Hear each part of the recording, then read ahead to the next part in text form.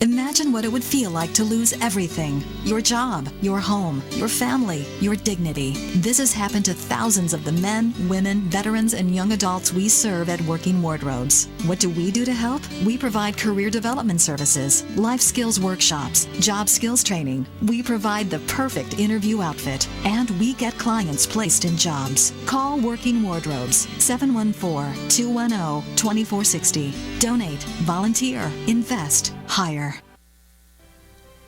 Welcome to Women Kicking Glass, the only radio show on OC Talk Radio dedicated to empowering women to be the best leaders they can be in any endeavor they choose. Patty Grimm is our host and interviews top women in a variety of fields to help women grow, learn, and lean in together.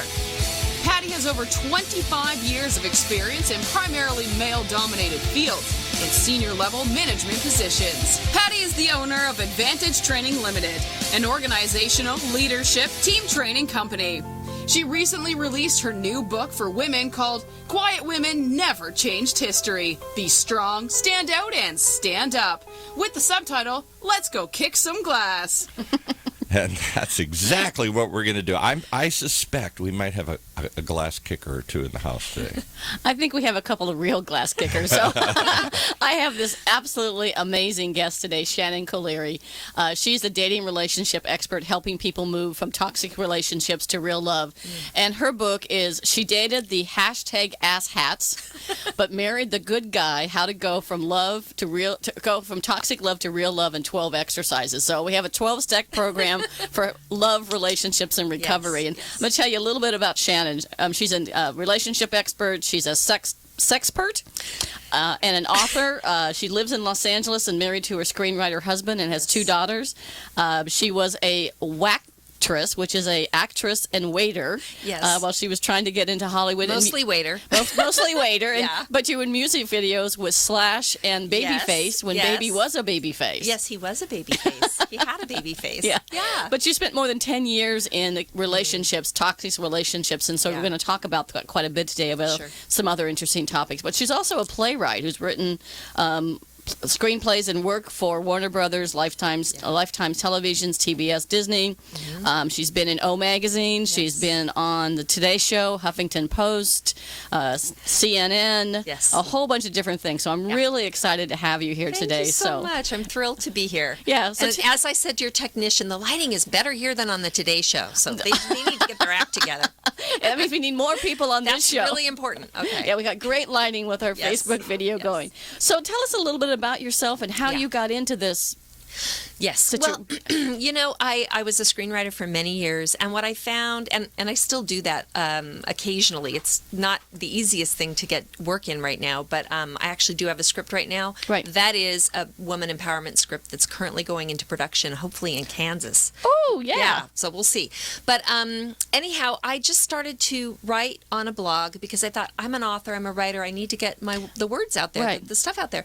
And I began to write about my own experience as a young woman entering the dating world and what it took for me to transition from kind of emulating the dysfunctional family I came from, where there was a lot of divorce, a lot of emotional abuse, things like that, and to find my sweetheart, my husband, who's my best friend. And we actually celebrated our 16th wedding anniversary on the 27th. And for me, that's one of the goals or successes that I've had that I'm the most proud of is my marriage, and because it took a lot of work to get there. So I started to write for Huffington Post about relationships, and one of my blogs went viral. It was 10 signs you're dating an asshat and 5 ways to avoid them. And it ended up having somewhere around 30,000 Facebook likes, I guess. And I thought, I think I need to start to write more about this. Right. And slowly over the last 2 years, I've been building a coaching business, and I've managed to help women transform from, putting up with, one-way relationships with emotional abuse to either becoming powerfully single or finding a wonderful person to be with. Yeah, that's great. So what is a #asshat? Well, I always say, and I want to say it's not gender specific. Okay, there are plenty of female asshats out there, but for me, the definition of that is someone who drains your jet fuel, where you spend most of your life thinking about the relationship and how to fix it, or thinking about the guy and how to make him care more about you, as opposed to thinking about how can I make my community stronger? How can I be effective in my job? Right. How can I pursue my individual goals? And how can I, if for some women is, how can I get married to a lovely person and have a stable home to raise children in? Yeah. I think that's an amazing goal, because if we can raise our children in a stable home, it's going to perpetuate that for our future. Yeah, that's great. And so what are the types of men you say women should spring clean out of their lives? We're heading into summer, so maybe soon it'll be get your Independence Day from these guys. Yeah. Well, there's a guy I call Mr. Need for Speed, and he's the guy that comes on really strong in the beginning and then cools off fast once you're hooked. And actually, one gentleman I spoke to, a radio personality that I spoke to, said, "Oh, that's the player." I said, "The player is something different. Mr. Need for Speed might even believe that you are the woman of his dreams, and he knows he's got something broken. He has a hard time, being in relationships, and he wants the perfect woman to cure him. But the fact is, he can't be cured by anyone but himself." Exactly, because you can only control yourself. You can't control. No, exactly. If you're out there trying to change your spouse or your significant other, just give that up. Give it up. Yeah. So if a guy's trying to snort you like cocaine, or you know what I mean, it's like, or shake you up and turn you into instant girlfriend, take a step back. Yeah. Caution flight. Red alert. And then there's Mr. KGB agent, and that's the guy that if you come anywhere near his phone or his computer, it's suddenly, it's like he's got the codes to all the nukes. He doesn't want you to see it. Right. That's not a good sign.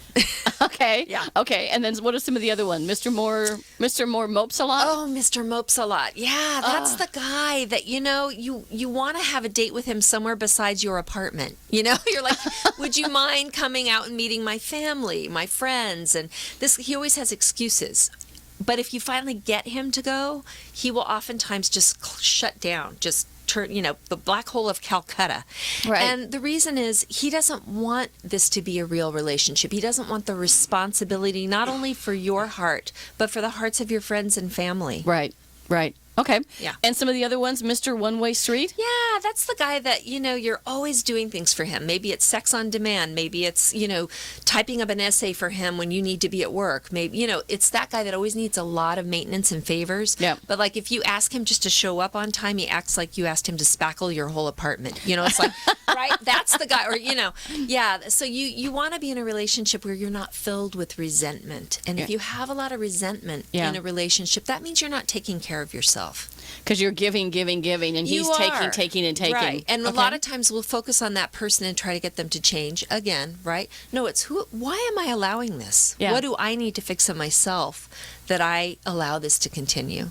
Well, that's an interesting comment. It's why am I allowing this to happen to me? Yeah. And I've had lots of discussion with different women, whether it's they've had a boss who's maybe been abusive or negative to them, or they've had a relationship that's bad. It's why am I allowing this to happen to me? And it's interesting that Eleanor Roosevelt said, nobody can make you feel inferior without your permission. Absolutely. And so somehow you're participating in that relationship. Absolutely. And, what we find in women more than men is that women that find themselves in these situations have an overabundance of empathy and a sense of misplaced responsibility. So if you're with someone like that, they can often make you feel it's your fault for their bad behavior.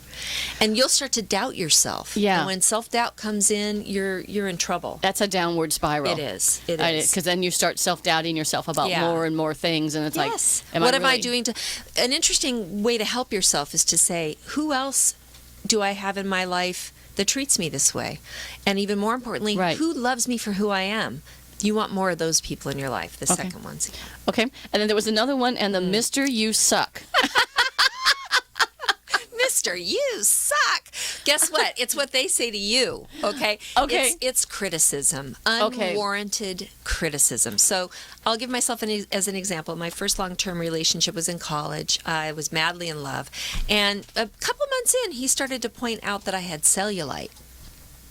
I was 118 pounds, like... And you're tall. Right? I don't even know. Yeah, I'm shrinking. I'll tell you that. But I'm like 5'6", okay? And cellulite, I didn't even know what that was. He had to pinch my thigh and point it out to me. And that was the beginning of just this sort of serial criticism about my body, about my personality, about my needs, to the point where I just didn't feel I was worthy of good treatment. So those people are dangerous. That's because toxic. Oh, yeah. And it's not like they jump right in and are mean right away. No, I mean, they can be charming and loving and kind. It sort of starts to happen slowly. You've got to keep your eyes peeled for that. And they just pick and pick. And, you can always set a boundary and say, hey, something, if you're going to be critical this way, I'm not going to be able to spend as much time with you. I want you to be aware you're doing that. It might even end our friendship, our working life, or our relationship. Yeah. Interesting. And then you had another one, the Mr. Caution, continue at your own risk. I had to read that one. Yeah, that's a good one. People tell you who they are.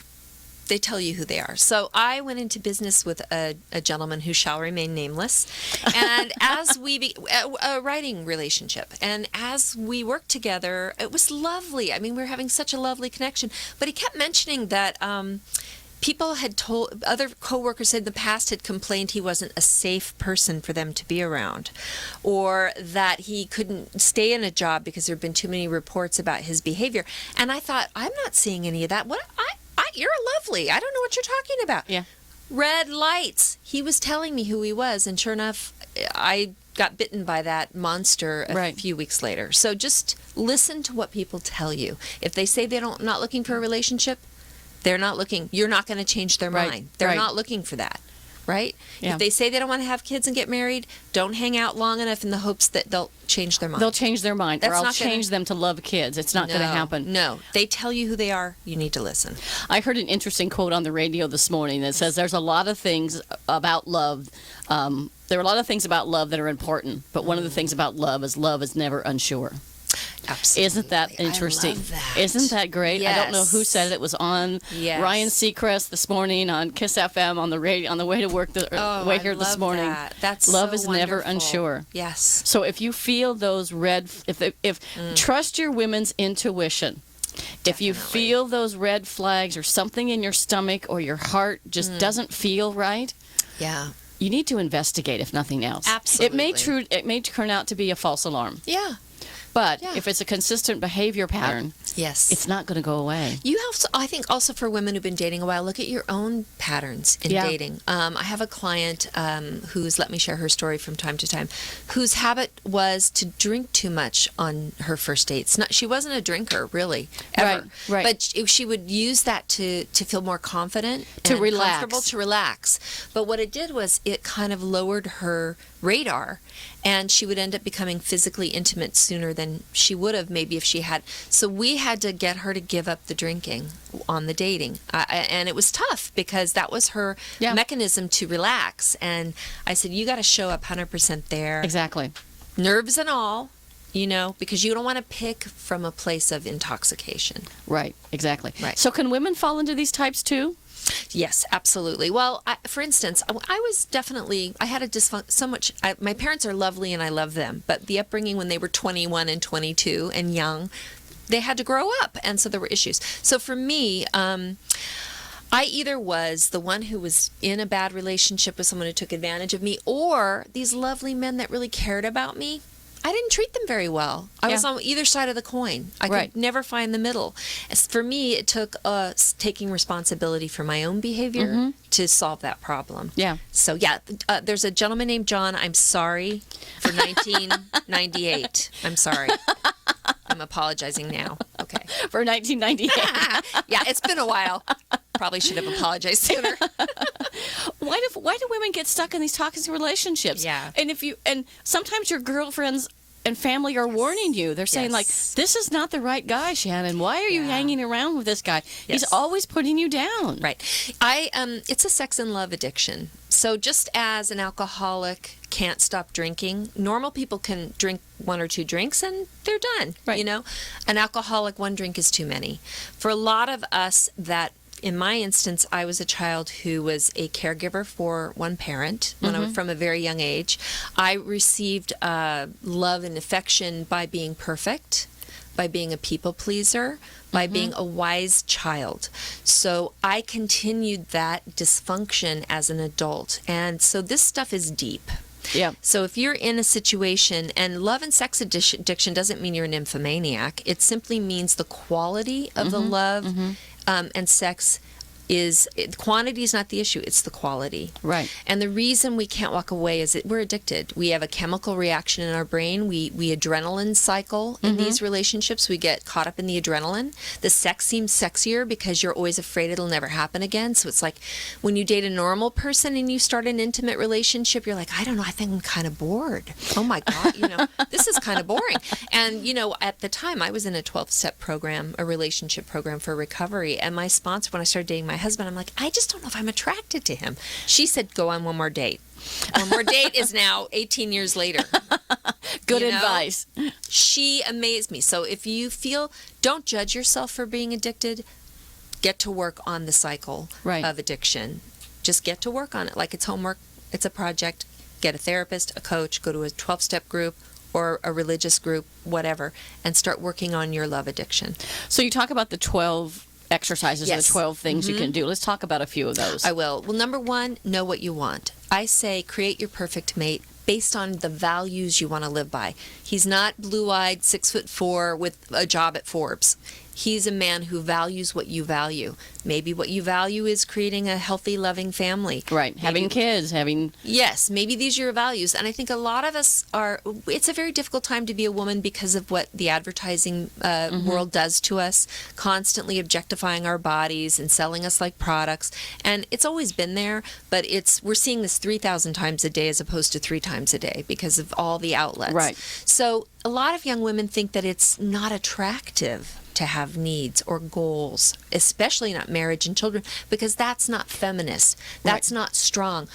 Get over that. Okay? If you want those things, you want those things, and they're of value. So know your values, know what you want before you go out there in the world, and own it. Yeah, just because you want to have a loving relationship and have a best friend as your significant other doesn't mean you're not a feminist who's still fighting for women's rights and doing the things and having your own independence. Yes. I've been married for 35 years, right? Yay! Yeah. Good for you. And people, my husband, when they ask my husband why I've been married so long, he always says the secret is yes, dear. But that's really not true. That is not true, honey. My husband says the same thing. But it's really having a person who's like your best friend, somebody you can relate to, who understands your needs for time and space. We've been married for 34 years, but I've traveled for 30 of those years. I mean, we probably never really got into big fights because I'd leave on Sunday night and I'd get home on Friday and you forget what you're mad about. We're still there. Yeah, that's still my great. best friend. We do things together, but also respect each other's need for their own things, like going out with girls or going out with friends or something that you really want to do. Well, when there's trust in the relationship, there's not that need to control or keep tabs, The control or keep tabs. Yeah. On either side. No, on either side. Because some women want to control and say, oh, no, you can't go play poker tonight with the boys because you're going to drink. Yeah. If there's trust in the relationship, if you're on each other's side, because marriage, and I'm sure you know this, has ups and downs, Oh, yeah. The children come, they've got their ups and downs, finances, work changes, all those things. And there are times, it's so funny, for our anniversary, my mom came and stayed with our daughters, and we went to her house in Santa Barbara.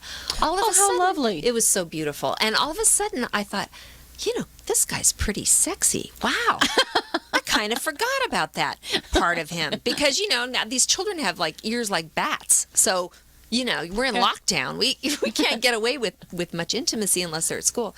Anyway, so my first step is create your perfect mate. Write down the values you're looking for in a partner. And I would even say create images of what you want, collage, any of those types of things, right? And then further exercises or steps you can do are to look into, you have to take inventory of your personality to take charge of how you date and how you love.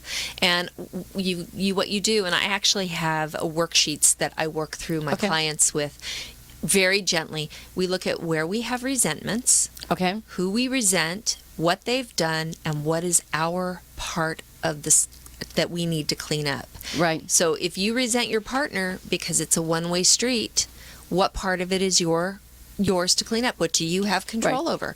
What side of the street do you need to clean up? That's it. Do you need to set boundaries in terms of your sex or in terms of what you'll do for him? Do you need to get involved in some kind of a support group in order to recover from people pleasing, feeling responsible for other people's problems, taking control of your own life? That is where all the strength and power lies. Yeah. And I always say to clients who are in difficult relationships, I'm not going to make you get out of the relationship. That's not my goal. I mean, maybe it's your goal, which is a good goal for you if you want that. But if you want to make it work, there are ways that you can preserve your self-esteem in any relationship. Right. So, okay. Yeah. And one more before we take a break? Yes, I think it's very important. We can't fix our brain with our brain. And although I am not a religious person, I do believe in developing a relationship through prayer and meditation with a higher power. I think that there's a higher self that's unbroken, that still has a foundation and knows what's right. But we're often driven by our fears, our anxieties, especially the fear of being alone or how people perceive us if we're single. Where if we can start developing a relationship, for me, I call it a higher power. Some people call it God. Some people like the ocean. But get in touch with your intuition and make time for having a spiritual practice. Okay. And I try to walk people through how to do that. Because a lot of us, I was raised very religious. I had a bad relationship with religion, and so I threw the baby out with the bathwater. Right. So, but you still have a higher purpose that you think about what's beyond myself. What's beyond me and my limitations. Yeah. Okay. We're going to take a quick commercial break. Before we do, please tell us how we can get in touch with you, and please spell your name. Yes. So because there may be one N or two. It's a complicated name. Yes. Okay. Yeah. So I'm Shannon Colleary, and that's Colleary, and my website is shannoncolleary.com. You can sign up for my newsletter there, but you also have access to my email and other ways to contact me. Great. Well, we'll be back in just a couple minutes, and we'll continue on. We'll talk about some other interesting topics. Okay, great. Thank you. Imagine what it would feel like to lose everything: your job, your home, your family, your dignity. This has happened to thousands of the men, women, veterans, and young adults we serve at Working Wardrobes. What do we do to help? We provide career development services, life skills workshops, job skills training. We provide the perfect interview outfit, and we get clients placed in jobs. Call Working Wardrobes, 714-210-2460. Donate, volunteer, invest, hire. When it comes to pioneers in their respective industries, we all know the Apples, Starbucks, and Trader Joe's of the world. In the realm of recruiting, Decision Toolbox is the industry's best-kept secret, with 90% of their business from referrals and repeat customers. For over 20 years, Decision Toolbox's U.S.-based team of recruiters, sourcers, professional writers, quality personnel, and tech support has perfected a Six Sigma approach to talent management. No matter the size of the project, Decision Toolbox delivers incredible results. A cost per hire less than half of what contingency firms charge, with the winning candidate presented in an average of 14 days, all with a 12-month candidate warranty. With results like that, Decision Toolbox won't be a secret for long. Visit us at www.dtoolbox.com for more information. And now back to Patty and her guest. Great, and we have just a fascinating guest today, just full of interesting information. Shannon is the author of the book. She dated the #asshats, but married the good guy. How to go from toxic love to real love in 12 exercises. That's really super. So I think it's a really great book. Everybody should pick this up on Amazon. And so we're talking about the kinds of people and the relationships people can get into. How can listeners who might be in a toxic relationship, how do they get themselves unstuck or out of that relationship?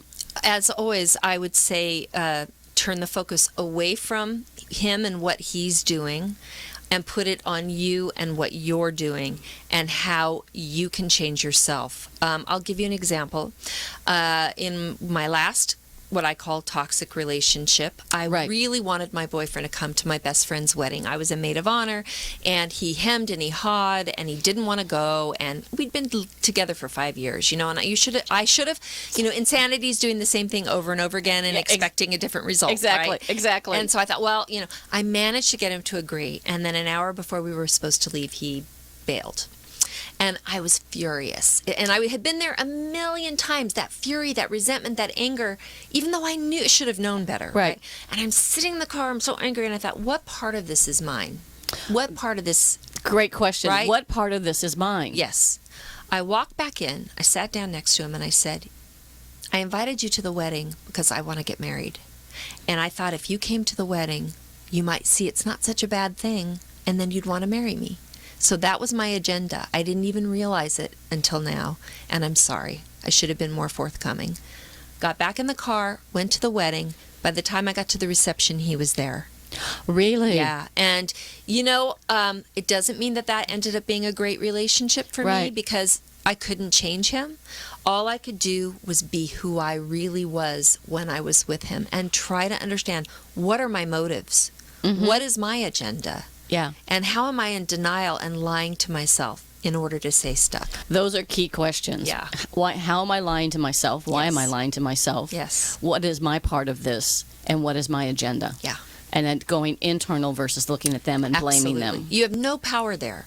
Yeah. And you just live in resentment. And what do they say? They say resentment is a poison that you drink, not the other person, and you're the one who's Oh, I love that. Yeah. That's really good. Yeah, it's true. It doesn't harm the other person as much as it harms you. So what do women need to do to build a healthy mental village? Yeah. I think if you're someone who knows that you have attractions to these types of people, you have to get out of isolation. Because I think we're ashamed. We're embarrassed. Right. Yeah. I have a client who's my age, and she, no one in her family or friends knows she's still dating the guy she's dating because they hate him so much.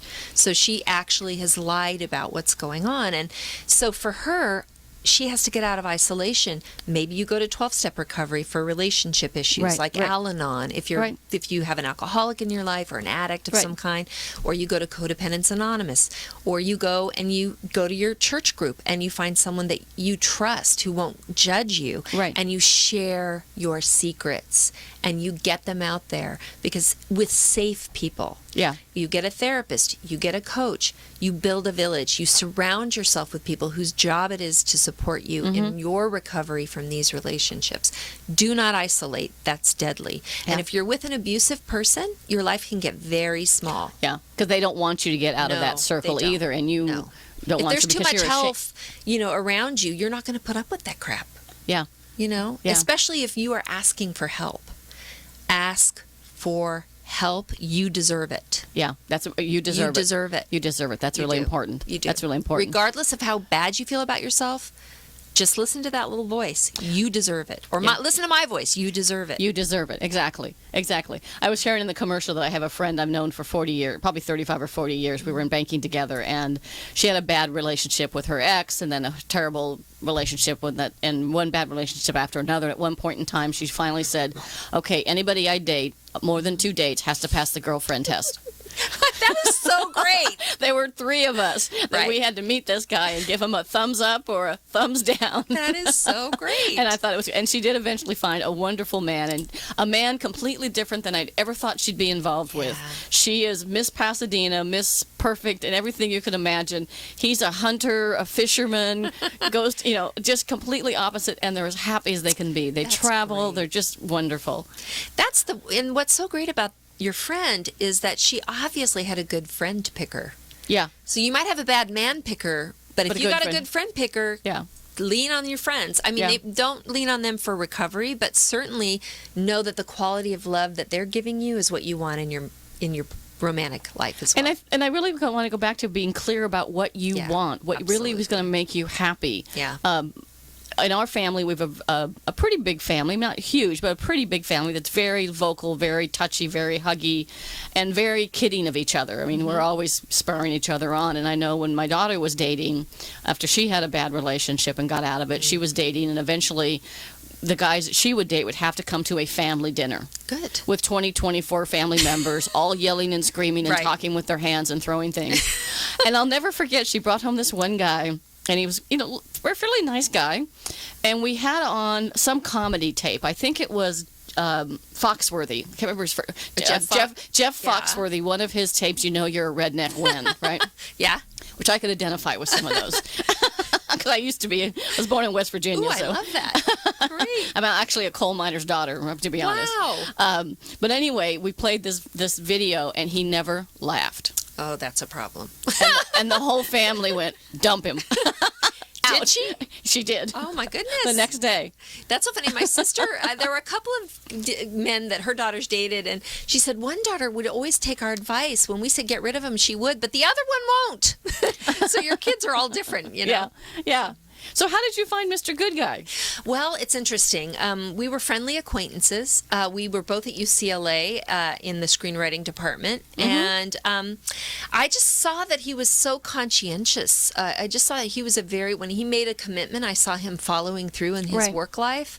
Actually, he wrote a great movie called Face Off. I don't know if you ever saw that. Oh, yeah. Yeah, that's his Yeah. film. Oh, really? Yeah, and one of the Laura Crofts. So he's very successful. And as that was going along for him, he was continuing to teach and making time for his students, right, even when these big things were happening for him. So anyhow, I would touch base with him whenever I'd have a work question in the screenwriting world, and finally we dated when I was finally out of my bad relationship. And that's one thing I want to say to the people listening is, if you close that door, you'll be amazed what window can open for you. Yeah. Because it wasn't until I got out of that relationship and I said to myself, I'm not dating for a year. I don't know what I'm doing.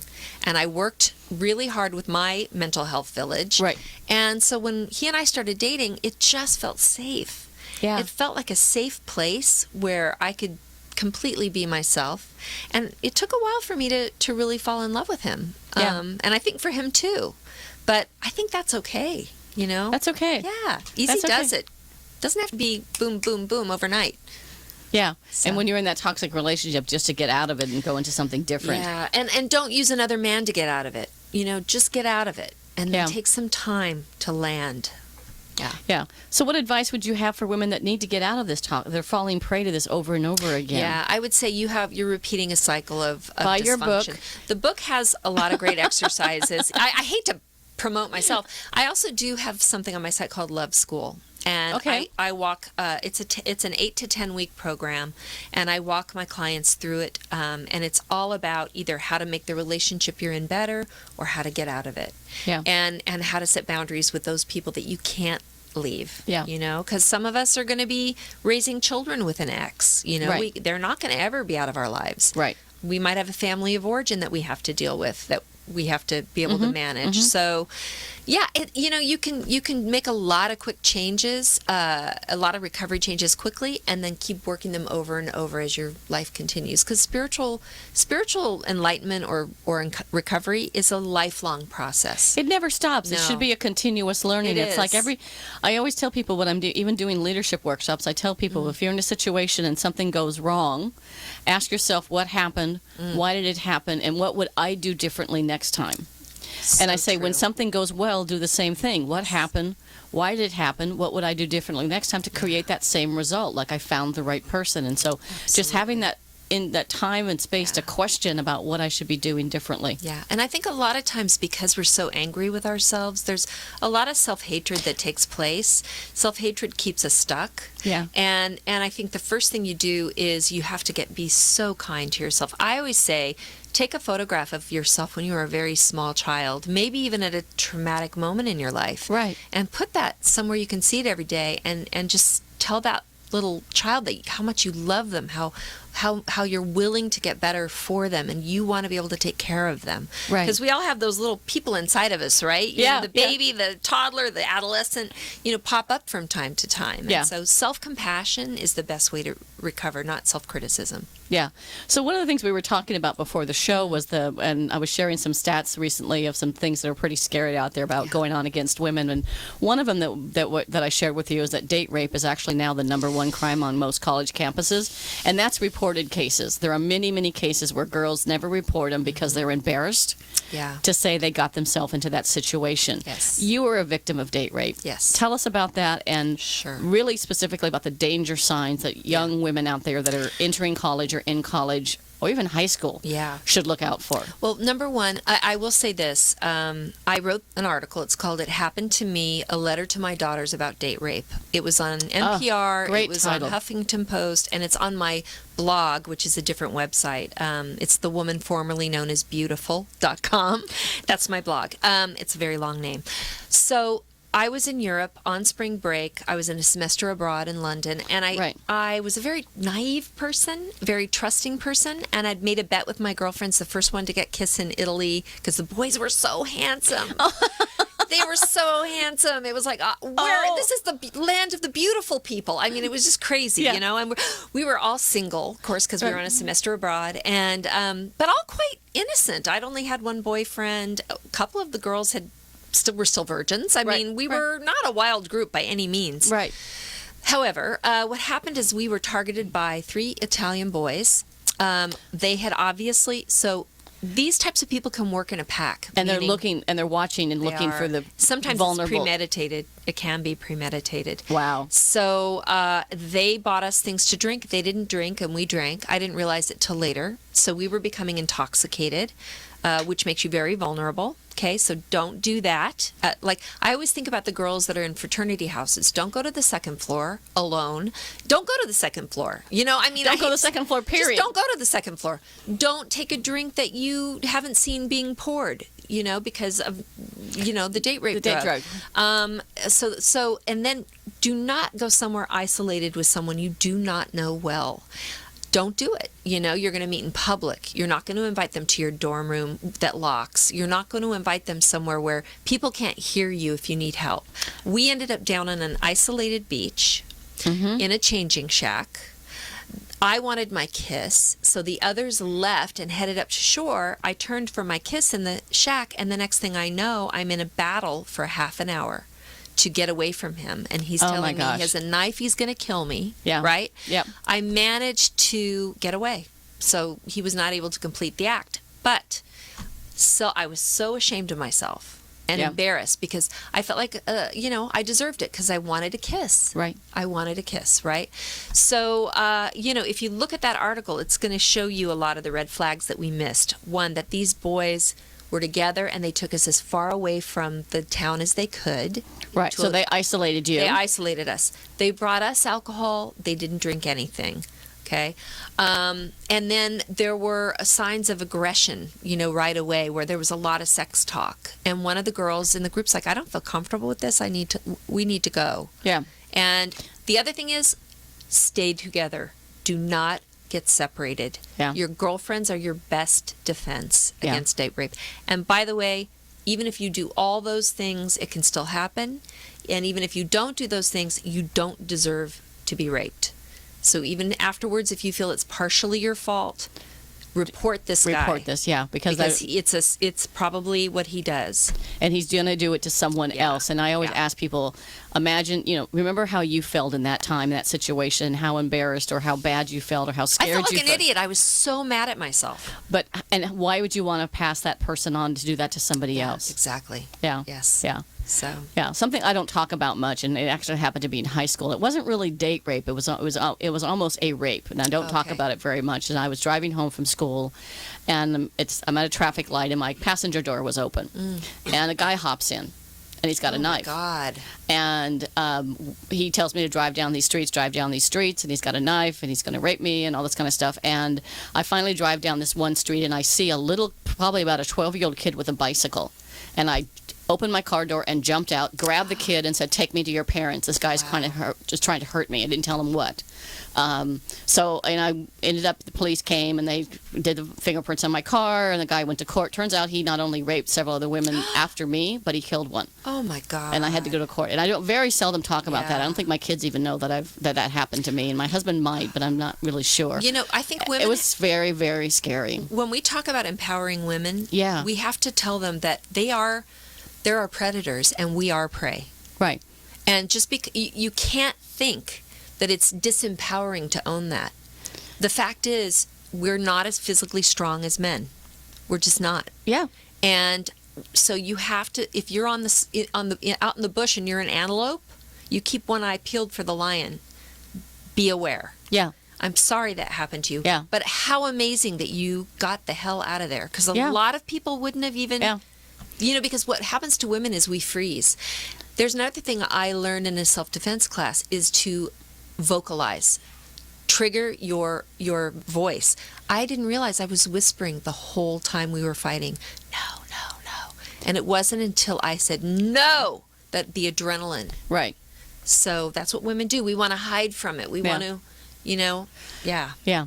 And, let's talk about empowering women. Let's talk about empowering girls. Yes. Because it's a hot topic for me, and I'm going to write a blog and an article about it and hopefully get it published in something about, how we need to raise brave girls that are risk takers, not necessarily perfectionists. And you talk about body image. I think you've said you've written some things about body image, and it's really kind of scary today because girls aren't just getting breasts redone or enlarged and nose jobs and other things.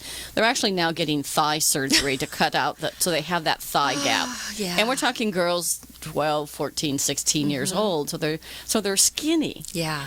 But you talk about body image too. And that's part of being an empowered woman is being empowered to date the right people, being empowered in yourself and confident in yourself, but also about the whole thing about image of women. Yeah. Well, on my blog, The Woman Formerly Known as Beautiful, I have a whole section called Love Your Body Now. Okay. I hired a fine arts photographer, and we started photographing women with different body issues, different body types, nude, with their, obviously with their consent. And everybody there is so beautiful. There was one woman who wants to lose 100 pounds, yet my photographer made her feel loved and seen, and her images are gorgeous. I love what someone like Taryn Brumfitt is doing. She has a body movement as well. Right. And really, it's all about loving our bodies as a vehicle. What can our bodies do? I always say we should all have T-shirts that say, "Keep your words off my body." Yes. Meaning compliments? No, thank you. Criticisms? No, thank you. I don't want to hear one day that I look pretty and the next day I need to lose 5 pounds. Or, you know what I mean? So if people comment on your appearance, redirect them in some way. Because hearing that stuff becomes the voices that we hear in our head. Yeah. Stop looking at advertisements, especially advertisements with unrealistic beauty. We know now that magazines Photoshop. And there is a movement. Obviously, there's now a movement to stop that from happening. Right. Like on The Voice, I love that Alicia Keys didn't wear any makeup. Oh, I know. I did too. I thought that. I wouldn't do that. I like to wear makeup, but But look how beautiful she looks. She's so beautiful. It helps that she's so beautiful, but that's my point. She's taking a political stand, which is, I'm not here to present a pretty picture for you. I'm here to offer my services as a coach. Yeah. I say look for stuff that makes you feel good about yourself. The internet can be used for good or evil. Right. Find the good. Yeah. And read the crap out of it and watch the videos. Yeah. Do all of that. I look at people like Meghan Trainor, who, when somebody photoshopped her, she made him go back and fix it and unphotoshop what they had done because she's proud of who she is. Yeah. She's got a beautiful voice. She's a beautiful young woman. Yes. The other one I was thinking about was Amy Shimmer. Yeah.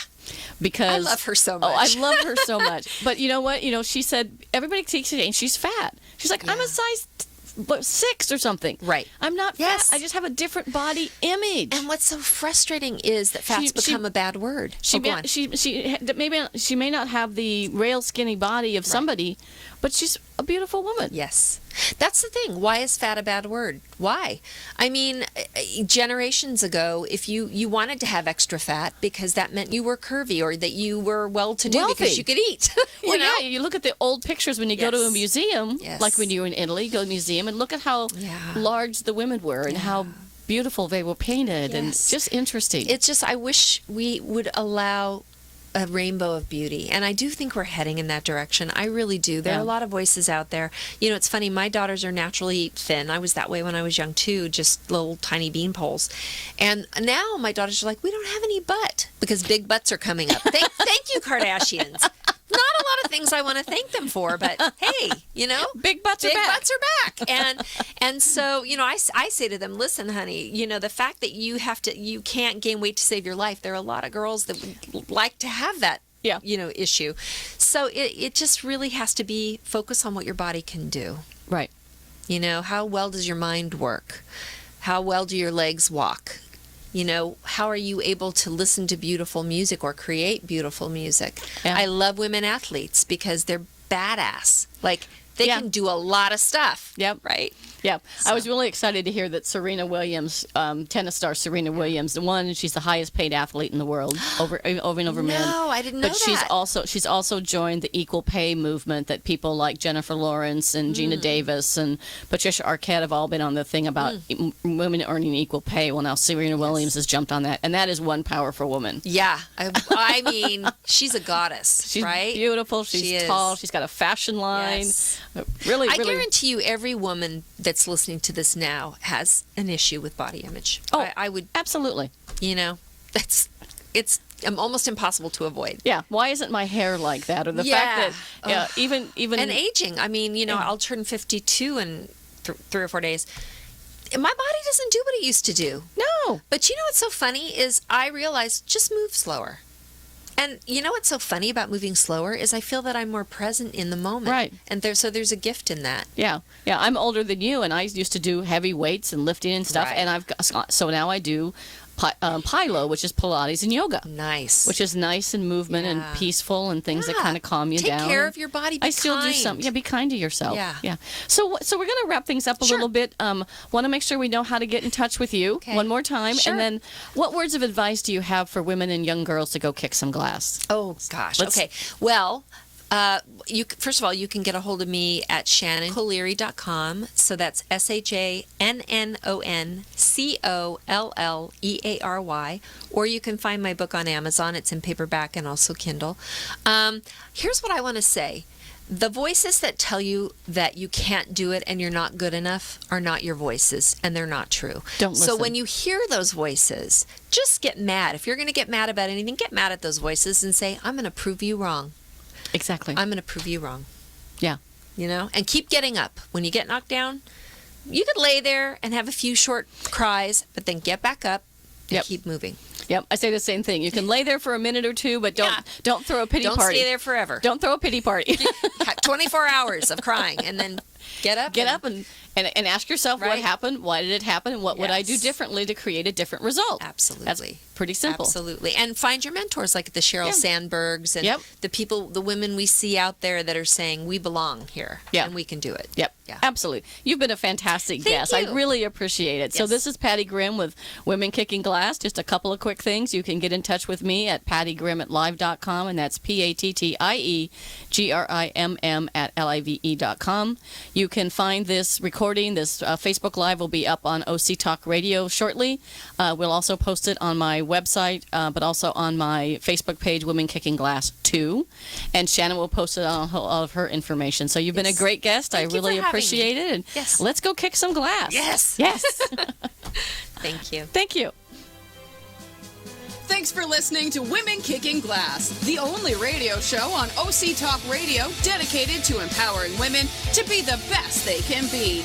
Listen each week or download the podcast at patty.grimm.podbean.com. To reach out to Patty to schedule a speech webinar or to learn more about her leadership and team training, contact Patty at pattygrimm@live.com for more information about her company and her books. Have a kicking day.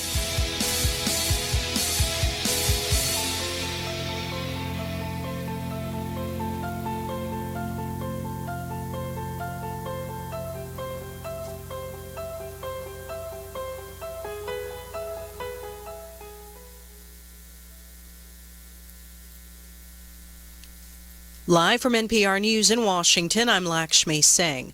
Much of Europe is reacting in consternation to President Trump's decision to withdraw the U.S. from the Global Climate Accord.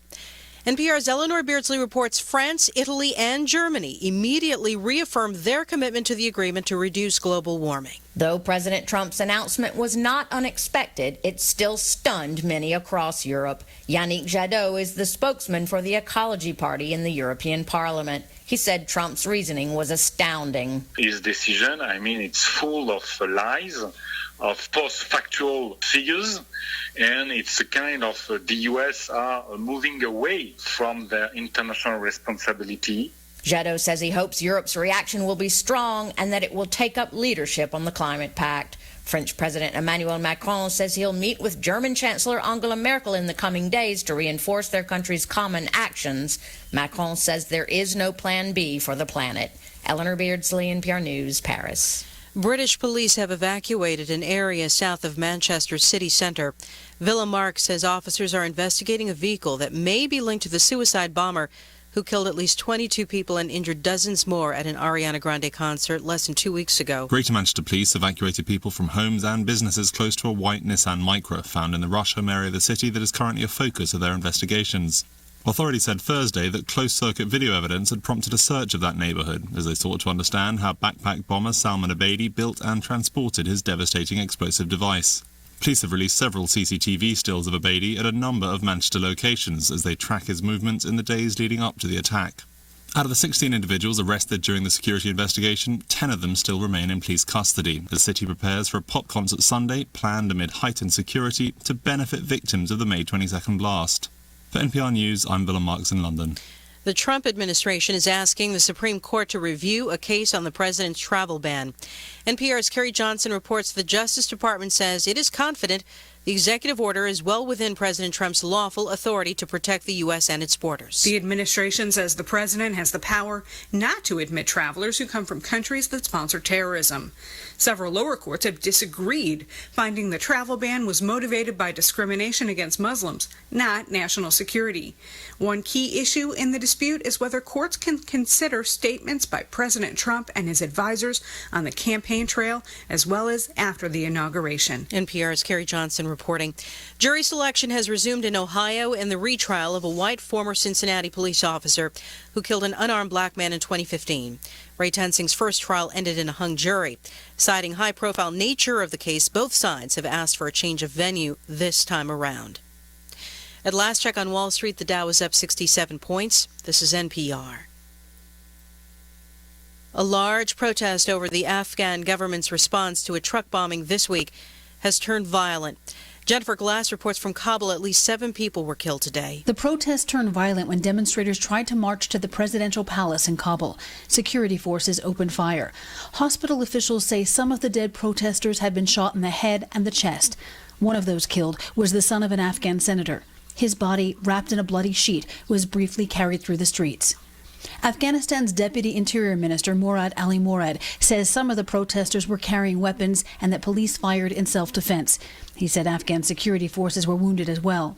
The demonstrators were calling for the resignation of Afghan President Ashraf Ghani, Chief Executive Abdullah Abdullah, and the security chiefs.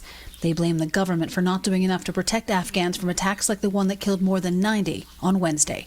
For NPR News, I'm Jennifer Glass in Kabul. The U.S. trade deficit has gotten bigger. In the Commerce Department's latest snapshot, it found the gap widened from March to April by 5.2% to $47.6 billion. The U.S. economy is coming off a slower than expected month when it comes to job growth, 138,000 jobs. That's how many were added to the economy in May, according to the Labor Department's monthly employment report out today. And even though the unemployment rate has fallen to its lowest level since 2001 to 4.3%, it's mainly because people stopped looking for work in May, so they were not included in the latest unemployment count. But the report had some encouraging data. Restaurants, healthcare companies, construction, mining sector all reported solid gains. This is CBS News. I'm Steve Kaif, and the U.S. Conference of Mayors says it will abide by the terms of the Paris Climate Accord. 3 states have joined an alliance to do so, and major businesses in this country say they will too. All runs counter to President Trump's decision to pull the U.S. out of the deal. New Orleans Mayor Mitch Landrieu. It was a short-sighted political decision that we think is not only going to negatively impact our economic growth, but the future livability not only of the United States, but the world as well. Overseas, world leaders have blasted the move by President Trump. European Council President Donald Tusk. The fight against climate change will continue with or without the United States. Secretary of State Tillerson said today he believes the U.S. will keep reducing greenhouse gases despite pulling out of the Paris Agreement. On Fox News, Vice President Pence applauds President Trump as the administration asks the U.S. Supreme Court to step in and reinstate his travel ban. President Donald Trump has no higher priority than the safety and security of the people of this country. He's taken bold and decisive action. Lower courts have blocked the ban, which was revised by the administration. It targets travelers heading to the U.S. from 6 mostly Muslim nations. Kathy Griffin's schedule continues to dry up before her eyes. 4 venues in 3 states have canceled shows in the wake of her photo with the likeness of President Trump's severed, bloody head. She's apologized, but today called Mr. Trump a bully, accusing him of working to destroy her career. I don't think I will have a career after this. I'm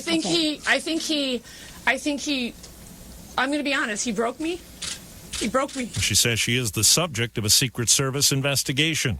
Authorities in the Philippines are trying to identify the gunman who set fire to gambling tables in a casino. Stephen Riley runs the resort. We were able to shoot the gunman, and the gunshot wound significantly slowed down the assailant and resulted to his holding up in a room where he took his own life. At least 36 people died of smoke inhalation in the fires that were set. Some prison inmates in Tennessee are getting treatment for a serious infection. Here's CBS's Jim Krasula. More than 300 prison inmates in Tennessee are being treated for what appears to be scabies. The parasite outbreak has led to delays in court hearings and even one murder trial as officials try to keep it from spreading to courthouses and beyond. As of now, the outbreak is confined to a privately run jail that houses female inmates. Well, the government says employers added 138,000 jobs last month. CBS News business analyst Jill Schlesinger. The job market is slowing down, especially in the last 3 months.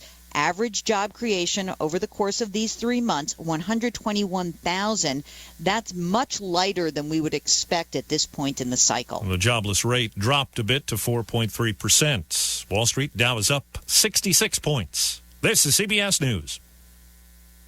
Ransomware is software that can infiltrate your business through email, enabling cyber criminals to hijack sensitive information as ransom for your own data's release. Leveraging Barracuda email security with advanced threat detection can stop a ransomware attack in its tracks. As an added measure, Barracuda Backup allows you to recover your data without having to surrender to extortion. Crime doesn't pay when you protect your business data with Barracuda. Go to barracuda.com/ransomware to learn more. Like what you're hearing? Get even more great content from CBS Radio News podcasts. Listen to TV broadcasts like the Evening News and Face the Nation on demand.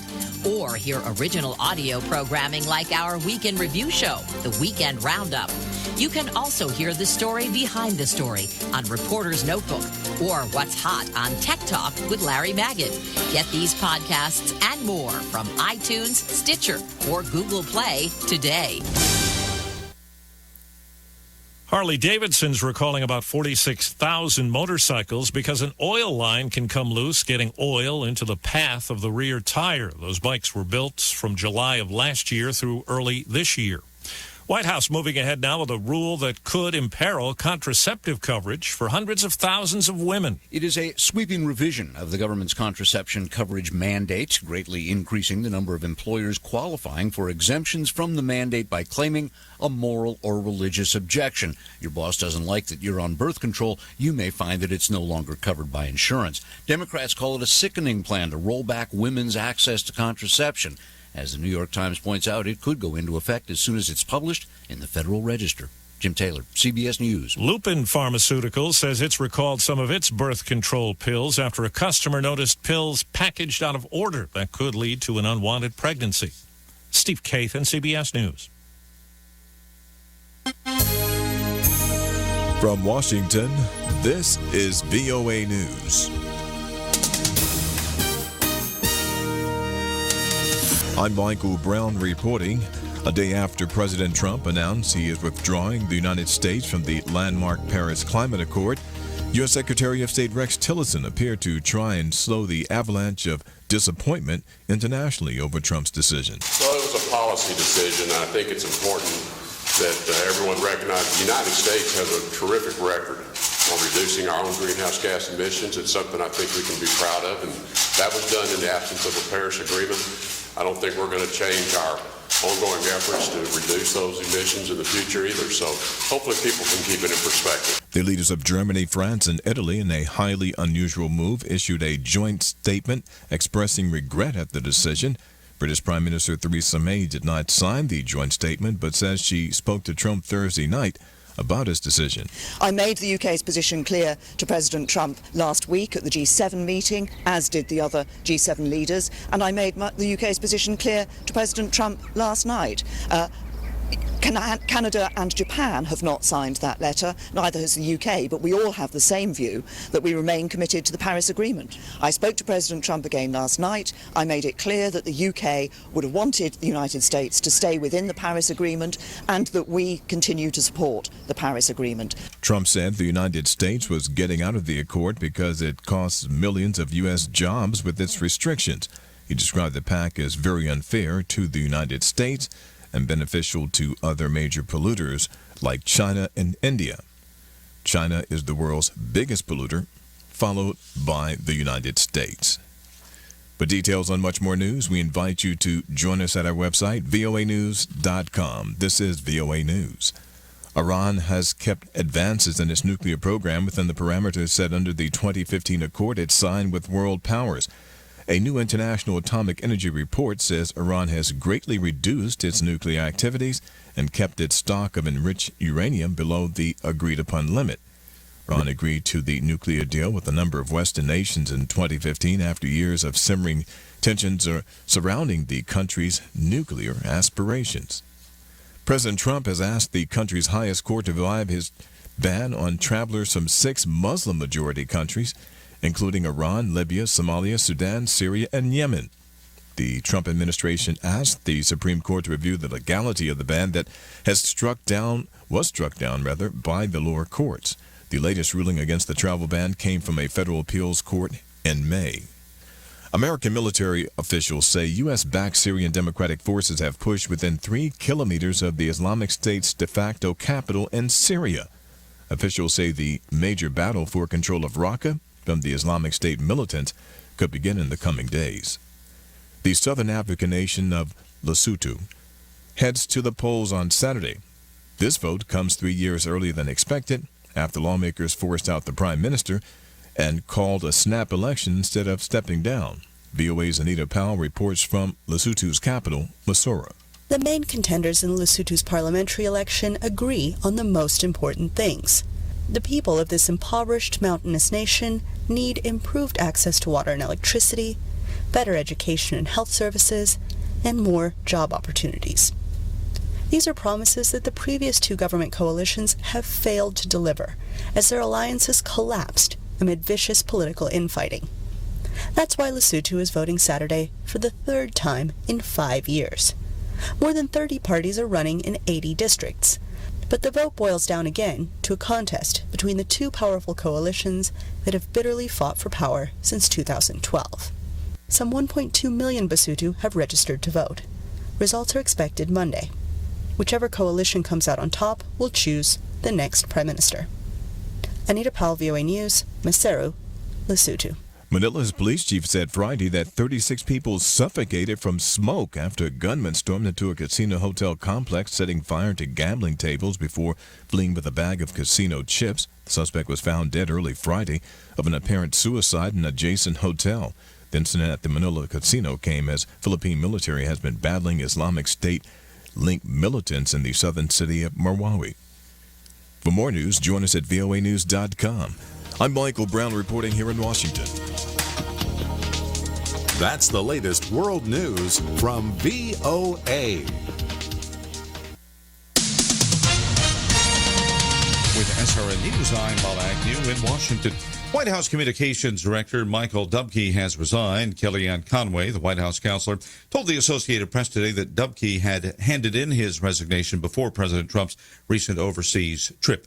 Senator John McCain says the U.S. is rebuilding its military in the wake of an increased nuclear threat from North Korea. His comments airing today on the Australian Broadcasting Corporation. The defense legislation that I, as the chairman of the Armed Services Committee, will soon introduce will significantly increase funding for America's military.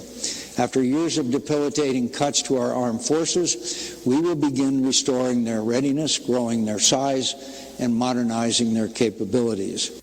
Senator McCain is in Australia, where he's urging the country not to abandon its alliance with America despite some disagreements with the Trump administration. And the president gets back to a more normal schedule today after spending his Memorial Day honoring the nation's war dead, including at Arlington National Cemetery. It is the love that binds this earth beneath us and bleeds from the hearts of all of those who died so that we might live free. The battle against terrorism continuing today in Iraq. In the aftermath of an ISIS explosion, this housewife in Baghdad said only ISIS would boast of killing fellow Muslims during Ramadan. Former Panamanian strongman Manuel Noriega has passed away. Here's correspondent Al Mayo. The 83-year-old former Panamanian dictator was ousted in 1989 by an American invasion. He later served a 17-year drug sentence in the United States and spent the last 20 years or so in a Panamanian prison for the murder of political opponents during his regime from 1983 through 1989. This correspondent Al Mayo, a look at Wall Street on this first trading day of the week after the day off for Memorial Day. It is a Dow down 25 points. This is SRN News. With persecution on the rise around the world, one evangelical leader is urging pastors to educate themselves on the problem and then preach about it. Tell those stories in your congregation. Make sure that the narrative is not forgotten, not mentioned only once a year. That is Pastor Victor Ham of the Billy Graham Evangelistic Association, who says clergymen need to make persecution a priority. Part of the sermons, part of the preaching, part of your curriculum. I think that's very important. Some experts say persecution of Christians may now be the worst it's ever been in the history of the faith. Abortion is one of the many issues that Majority Leader Mitch McConnell will have to grapple with in writing a health care bill that can pass the Senate. Republican Senators Lisa Murkowski of Alaska and Susan Collins of Maine have opposed past conservative moves to block federal payments to Planned Parenthood, the country's largest abortion business. The House health care bill does that and bars the use of federal health insurance tax credits for abortions. This is SRN News. U.S. home prices climbed in March at the strongest rate in nearly 3 years as a dwindling supply of houses on the market is causing prices to outpace income growth. The Standard & Poor's CoreLogic Case-Shiller 20-City Home Price Index rose 5.9% over the 12 months ending in March, the most since July 2014. Home values are increasing at more than double the pace of average hourly earnings, making it more difficult for many people to afford to buy a home. While a steady job market has bulked up demand among many would-be buyers, there are fewer properties on the market. As correspondent Jeremy House reporting, according to the National Association of Realtors, sales listings have plummeted 9% over the past year. Authorities say 3 people were hurt yesterday in a Wisconsin Memorial Day parade. Some cell phone videos show ponies pulling a wagon rushed onto a crowded sidewalk. Police say those horses might have been startled by tennis balls children were throwing or nearby fireworks. More at srnnews.com.